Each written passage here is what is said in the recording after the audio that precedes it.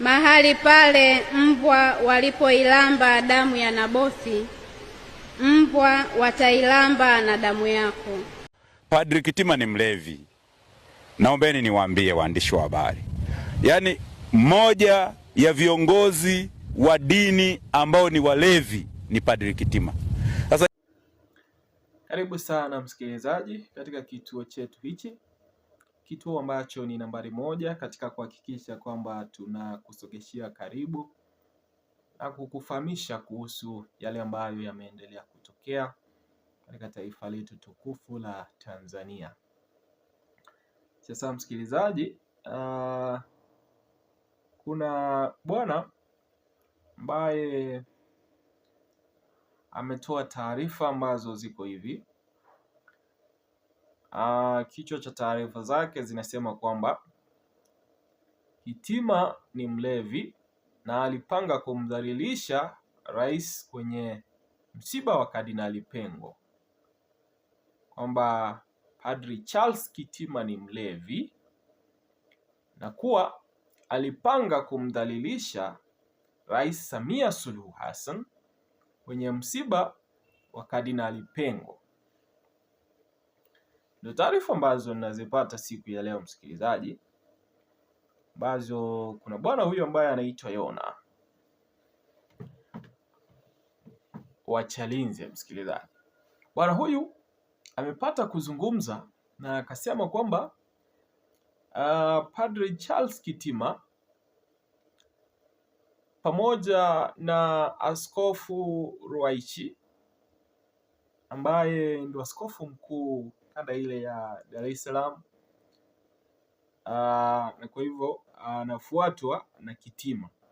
So bwana huyu ameweza kusema kwamba kulikuwa na dili ambayo iliweza kutengenezwa baina ya Askofu Ruwaichi na Padri Kitima, wakamtengenezea mazingira Samia Suluhu akose mapenzi ya waliohudhuria msiba ule wa Kardinali Pengo. Kulingana na bwana huyu, anasema kwamba Padri Charles Kitima ni mlevi. Kwa maana hiyo anatumia vileo, na kwa sababu hiyo basi aliweza kuzungumza mambo ambayo hayakufaa katika msiba wa Kardinali Pengo, na kwamba alifanya hayo makusudi ili kumdhalilisha Rais wa Jamhuri ya Muungano wa Tanzania ambaye ni Samia Suluhu Hassan.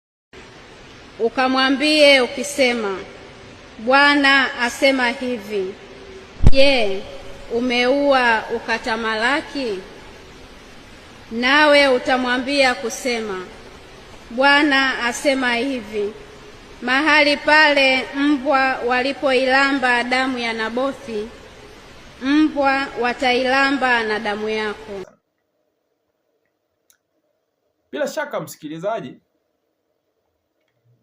ilishuhudiwa wazi kilichoendelea katika msiba ule wa Kardinali Pengo, na Padri Charles Kitima alipata nafasi ya kufanya utangulizi wa viongozi walioweza kuhudhuria msiba ule, ambapo kwamba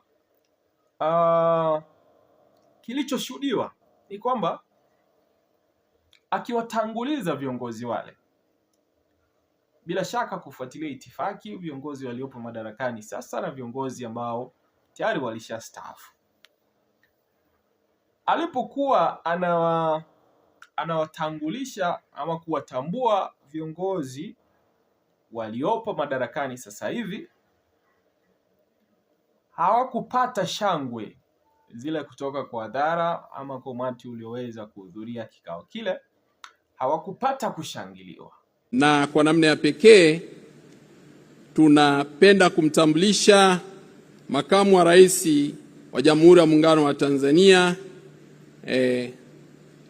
Karibu. Asante sana Mheshimiwa. Naomba nimtambulishe pia Waziri Mkuu wa Jamhuri ya Muungano wa Tanzania, Mheshimiwa Mwigulu. Asante sana. Naomba niwatambulishe wastaafu wafuatao: Makamu mstaafu wa Rais wa Jamhuri ya Muungano wa Tanzania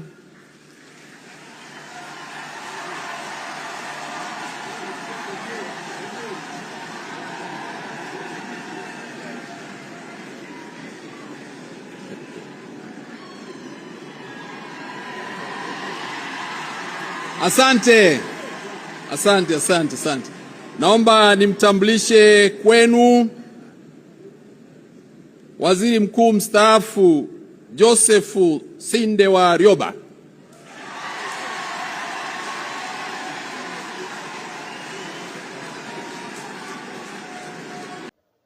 Bila shaka wananchi walionekana kutulia na kuwatazama tu kwamba mie ndo John Nchimbi, na hivyo tu akaketi.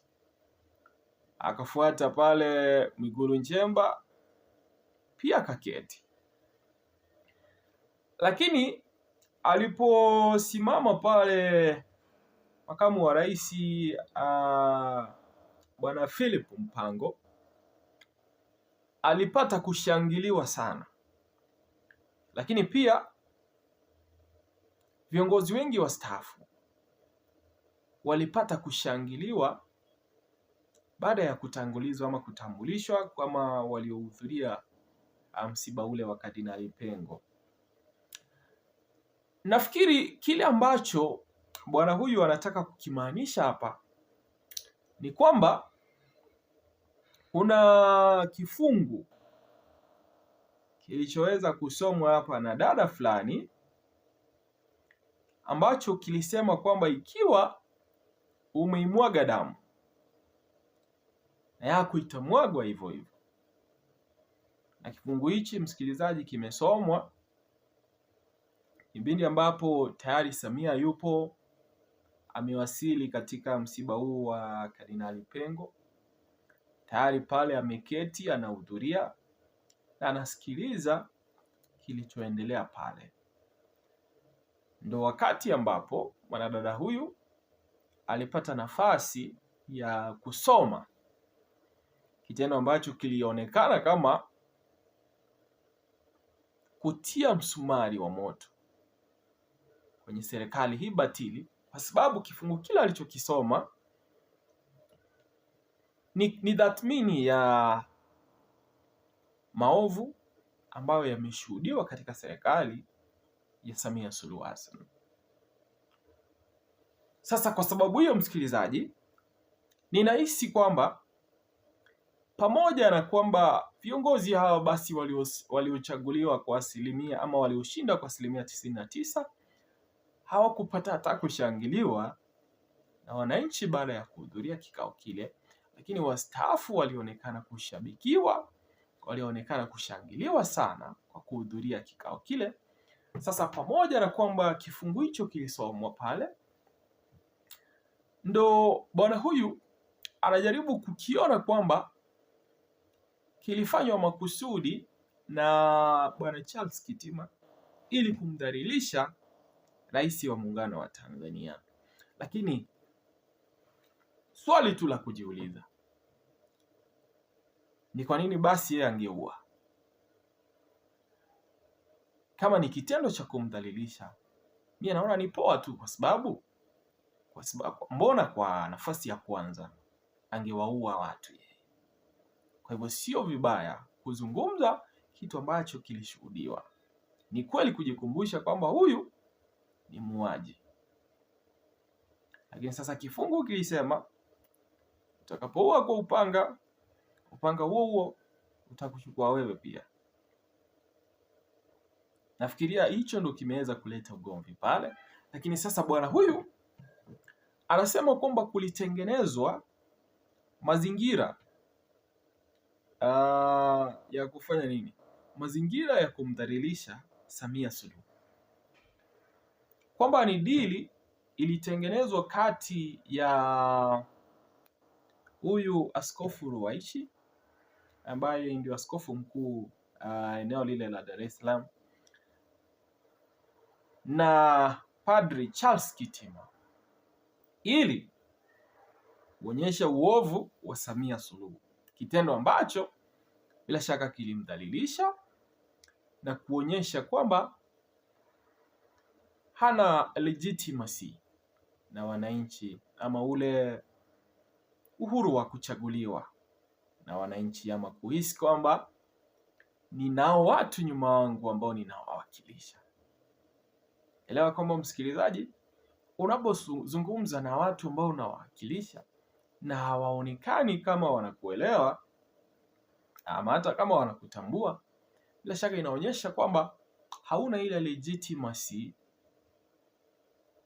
ya kuongoza watu wale, na ndio kile ambacho kiliweza kushuhudiwa katika msiba ule wa Kardinali Pengo, ambacho bwana huyu kimeweza kumuudhi na ambaye ameweza kusema kwamba ilikuwa ni dili ya Padre Kitima na Askofu Ruwaichi kuweza kumdhalilisha Samia Suluhu.